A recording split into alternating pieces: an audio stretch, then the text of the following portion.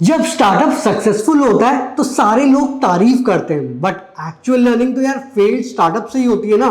तो इस वीडियो में हम 2022 के 5 सबसे बड़े स्टार्टअप फेलियर्स के बारे में डिस्कस करेंगे। अब इसमें से एक स्टार्टअप तो फादर ऑफ सेल्फ ड्राइविंग ने शुरू किया था, जिसको गूगल के फाउंडर ने बैक किया। फिर एक को इन्फोसिस के को फाउंडर ने बैक किया था। एक स्टार्टअप IIM ग्रेजुएट्स के फाउंडर्स ने खोला था, तो दूसरे स्टार्टअप्स को 40-50 मिलियन डॉलर्स की फंडिंग भी मिली थी। सब क्यों फेल हुए और इनसे हम क्या लर्निंग्स ले सकते हैं, डिटेल में डिस्कस करेंगे। जल्दी से वीडियो शुरू कर देते हैं।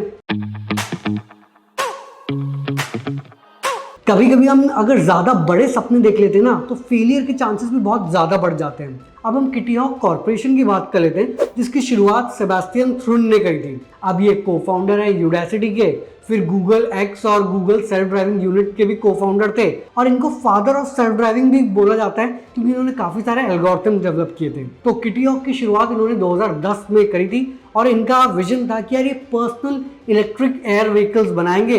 इनको बैकिंग भी गूगल के को फाउंडर लैरी पेज से मिली थी, और उनका कहना है कि यार अगर ये विजन को अचीव कर सकता है वो सिर्फ हम ही हैं। अब अचानक ये पिछले महीने फेल तो हो गए, बट इनके फेलियर के 3 मेन कारण हैं। पहला, बहुत ही ज्यादा इन्होंने क्रेजी गोल रखा है। अभी अगर आप देखेंगे, अभी तक सड़क पे सेल्फ ड्राइविंग इलेक्ट्रिक कार्स आई नहीं है, और दूसरी तरफ इलेक्ट्रिक एरोप्लेन्स आए नहीं है। पर किटी हॉक चाहता था कि यार वो electric self driving personal air vehicles बनाए। गोल काफी क्रेजी तो था, और अभी तक तो यार इलेक्ट्रिक सेल्फ ड्राइविंग गाड़ियों को भी अप्रूवल नहीं मिला। Self driving personal air vehicles को कहां से अप्रूवल मिल जाएगा। दूसरा, कंपनी के बीच में भी यार काफी लड़ाई होने लगी।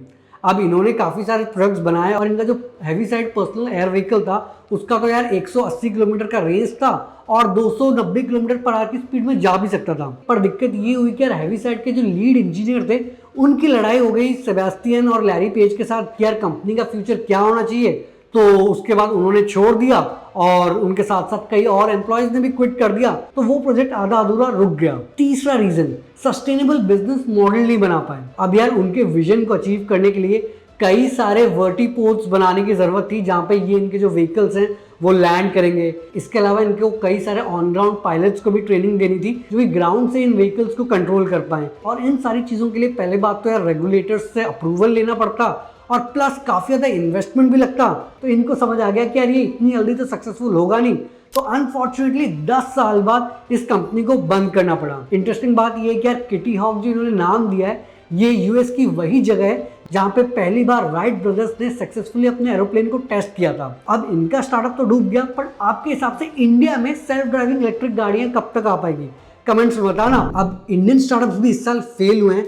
शॉपेक्स की बात कर लेते हैं। 2015 में स्टार्टअप की शुरुआत हुई थी। $60 मिलियन यानी 450 करोड़ रुपए से भी ज्यादा की उन्होंने फंडिंग रेज करी थी। नंदन नीलेकनी जो कि को फाउंडर है इन्फोसिस के, और भी कई सारे बड़े इन्वेस्टर्स हैं। शुरुआत उन्होंने B2B कॉमर्स कंपनी से करी थी, पर फिर पिवट करके ई कॉमर्स फुलफिलमेंट में भी शिफ्ट हो चुके थे। बेसिकली इनका फंडा ये था कि यार जो ऑनलाइन कंपनीज हैं वो तो यार अपने कस्टमर्स को टारगेट कर सकती है उनका मेल आईडी लेके या एड्स के थ्रू, बट जो ऑफलाइन कंपनीज हैं, ताकि वो भी कस्टमर्स को अट्रैक्ट कर पाए और उनको रिटेन कर पाए, इसका सोल्यूशन इन्होंने निकाला था, जिसमें बेसिकली कस्टमर्स इनके ऐप डाउनलोड करते थे, और उसी ऐप में जो ऑफलाइन कंपनीज हैं अपने अलग अलग ऑफर्स लेके आती थी, और इसी ऑफर्स के थ्रू कस्टमर्स को ऑफलाइन दुकानों में अट्रैक्ट किया जाता था। अब कर तो यार वो अच्छा रहे थे, बट इवेंचुअली उनको पता चला जब उन्होंने स्केल करना शुरू किया कि इस बिजनेस मॉडल में बहुत कम मार्जिन है, तो यार पैसा बनाना बहुत ही मुश्किल है।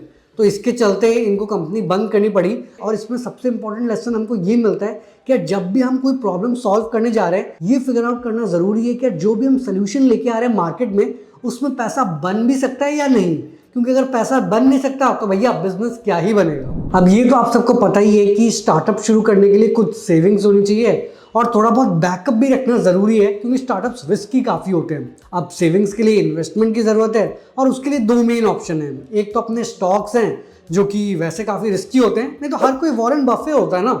दूसरा ऑप्शन है FD, जो कि सेफ तो काफी है, बट यार उसमें इतना रिटर्न्स मिलता है ना, उससे ज्यादा तो यार इन्फ्लेशन है, तो उसका उतना फायदा नहीं है।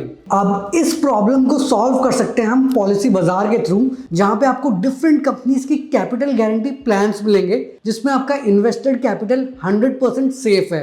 यानी पॉलिसी टर्म खत्म होने के बाद जितना कैपिटल आपने इन्वेस्ट किया था उतना तो गारंटीड मिलेगा ही, उसके ऊपर जो भी मार्केट लिंक रिटर्न्स होंगे ना वो भी मिलेंगे। तो इससे आपको FD और डेट म्यूचुअल फंड से तो बेटर रिटर्न्स मिलेंगे ही, और ऊपर से टैक्स बेनिफिट भी मिलता है सेक्शन 80C के अंडर, और मैच्योरिटी अमाउंट भी टैक्स फ्री होता है सेक्शन 10D के अंदर, जो कि पॉसिबल ही नहीं है म्यूचुअल फंड्स और एफडी में।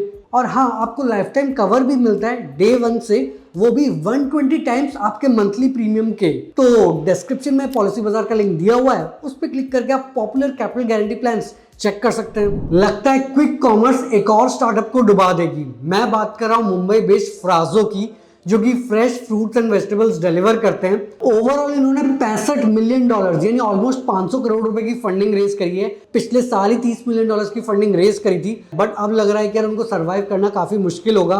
वो पहले 7 सिटीज में ऑपरेट करते थे, मुंबई के अलावा हर जगह उन्होंने अपने ऑपरेशंस बंद कर दिए, कई सारे डार्क स्टोर्स भी क्लोज कर दिए और 100 से 150 एम्प्लॉइज को फायर भी कर दिया है। तो जैसे कि आपको पता है कि यार क्विक कॉमर्स में ना बहुत पैसा खर्च होता है और प्रॉफिटेबल होना बहुत मुश्किल है, तो इसीलिए फ्राजो को फंडिंग रेज करने में दिक्कत हो रही है। अभी वो कोशिश कर रहे हैं कि यार कोई स्टार्टअप उनको अक्वायर कर ले काफी सस्ते प्राइस में। बट इससे एक बात तो क्लियर हो जाती है कि जो भी हॉट सेक्टर है ना, उसमें आग बंद करके ऐसी मत घुस जाना अनलेस कि आप एक profitable business model figure out कर पाओ।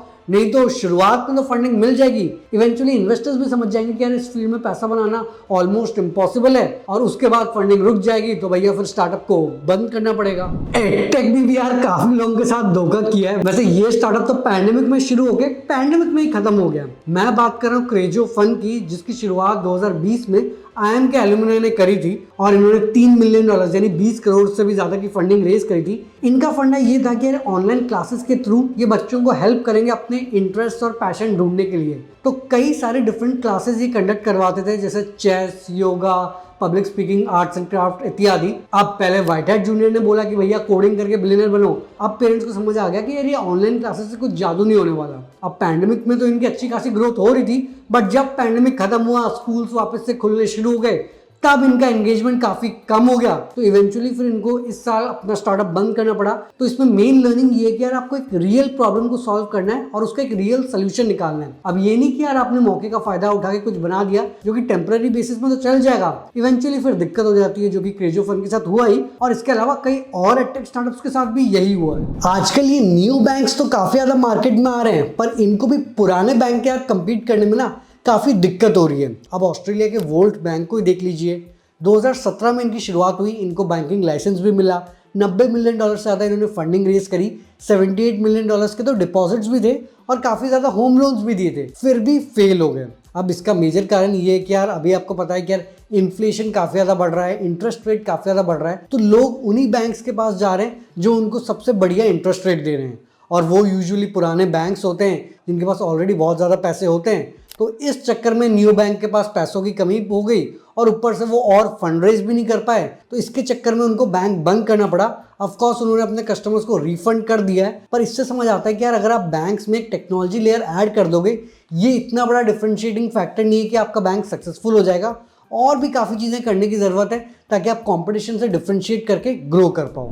तो दोस्तों, ये थे 5 ऐसे स्टार्टअप जो कि इसी साल फेल हुए हैं। हर एक स्टार्टअप फेलियर से हमको काफ़ी कुछ सीखने को मिला है। होपफुली आपको ये वीडियो पसंद भी आई होगी और अपने सारे दोस्तों के साथ व्हाट्सएप, फेसबुक, इंस्टाग्राम हर जगह शेयर कर देना। बाकी पॉलिसी बाजार का लिंक डिस्क्रिप्शन पे है, उस पर क्लिक करके कैपिटल गारंटी फंड्स चेक कर लेना और चैनल को पक्का से सब्सक्राइब करके घंटा भी दबा देना। आगे हम ऐसे ही स्टार्टअप, बिजनेस, मोटिवेशन और एंटरप्रेन्योरशिप से रिलेटेड बातें करेंगे। तो जल्दी मिलते एक नई और जानकारीपूर्ण वीडियो के साथ। धन्यवाद।